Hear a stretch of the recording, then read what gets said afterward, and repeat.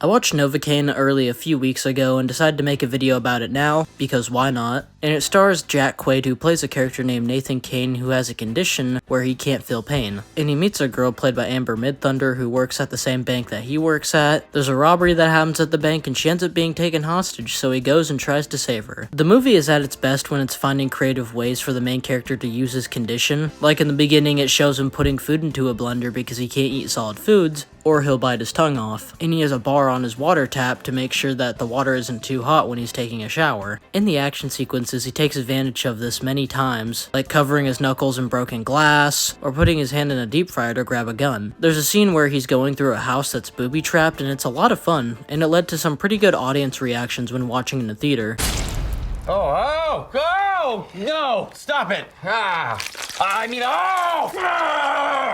that hurt. But as I was thinking of his power, the film points out how many people with this similar condition die by age 20, but it's crazy how fucked you can be with having it. One appendicitis and you're done. Also, you could have a random infection and not even know. Anyway, back to the movie. Amber Midthunder and Jack Quaid have decent chemistry in the film to make you buy into why he'd go on this dangerous journey to save her, and also because he feels no pain. He has no fear of getting hurt. Jacob Batalon is quite funny in the film. However, when the film isn't focused on any of these characters, it's very meh. There's a cop side plot in the film that wasn't really compelling at all and only served to push the plot and show the point of view of law enforcement during the events of the film. They also do a lot of dumb shit in the film. The villains suck, they are hardly fleshed out, and the main villain's attempt at charisma falls flat and comes off as cringeworthy. It reeks of Marvel humor. The film lacks any style. There's maybe a handful of interesting shots and that's about it. The action scenes aren't interestingly filmed or edited. No interesting color grading or lighting. It feels like they just didn't give a shit about holding a camera and just viewed it as a means to an end rather than finding creative choices or angles. The music is painfully generic. It feels like they just ripped some royalty-free music off of YouTube and called it a day. And it also just didn't fit with the tone of the film at all and makes the movie unintentionally hilarious with how the music doesn't fit. The lack in style really holds back the action scenes from being anything special. Most of the action is decent and fun, but nothing incredible. If the cop side plot was a lot more compelling and the villains were given a lot more characterization, had less cringeworthy humor, and also if the film actually had a personality, then I think the film could have been great. But as it stands, it's just kinda average. It's a fun hour and 45 minutes, but nothing I'm gonna look back on in awe.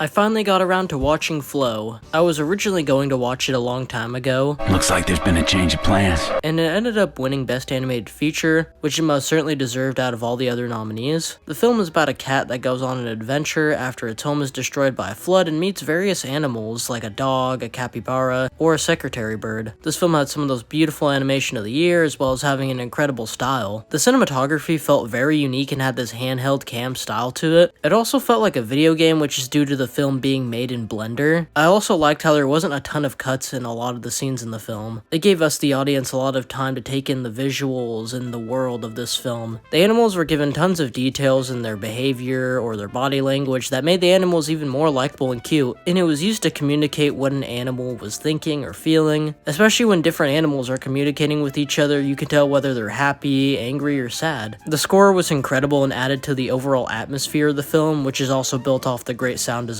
The film has zero dialogue and it's carried solely through visuals, but it's never boring or derivative. The film constantly has interesting visuals or set pieces to keep the film engaging. The film's world is very interesting with random statues of animals or random structures. Overall, a very solid and unique animated film, and it's also another win for independent films. Then I watched Black Bag. Twice. This is the second Steven Soderbergh film this year, with the first one being Presence, which I thought was pretty decent. The film is about George Woodhouse, played by Michael Fassbender, who's given a list of people who are suspected to have leaked Severus, a top-secret software program that can be used to create a nuclear meltdown and kill thousands of people. However, one of those people on the list is his wife, and throughout the film he investigates all the suspects to find out who the mole is. I really enjoyed the film. The writing is very sharp and overall well written. The plot is simple but effective in creating an engaging mystery that keeps you guessing if his wife is the mole or not. Same can be said with all the other characters in the film who are given plenty of characterization, and it's all wrapped up in a very satisfying way. And it made for an incredible rewatch because now knowing all the events, it was interesting seeing all the hidden clues that I didn't even think twice about on my first watch. It made the film overall better. All the performances are great, with Michael Fassbender, Cate Blanchett, and Pierce Brosnan being the standouts. With only 90 minutes, the film doesn't waste any time, and every scene is used to push the plot forward and doesn't overstay its welcome. The cinematography is very solid, and the score really worked with the tone and the type of story the film is going for. Overall, this film was another Soderbergh W.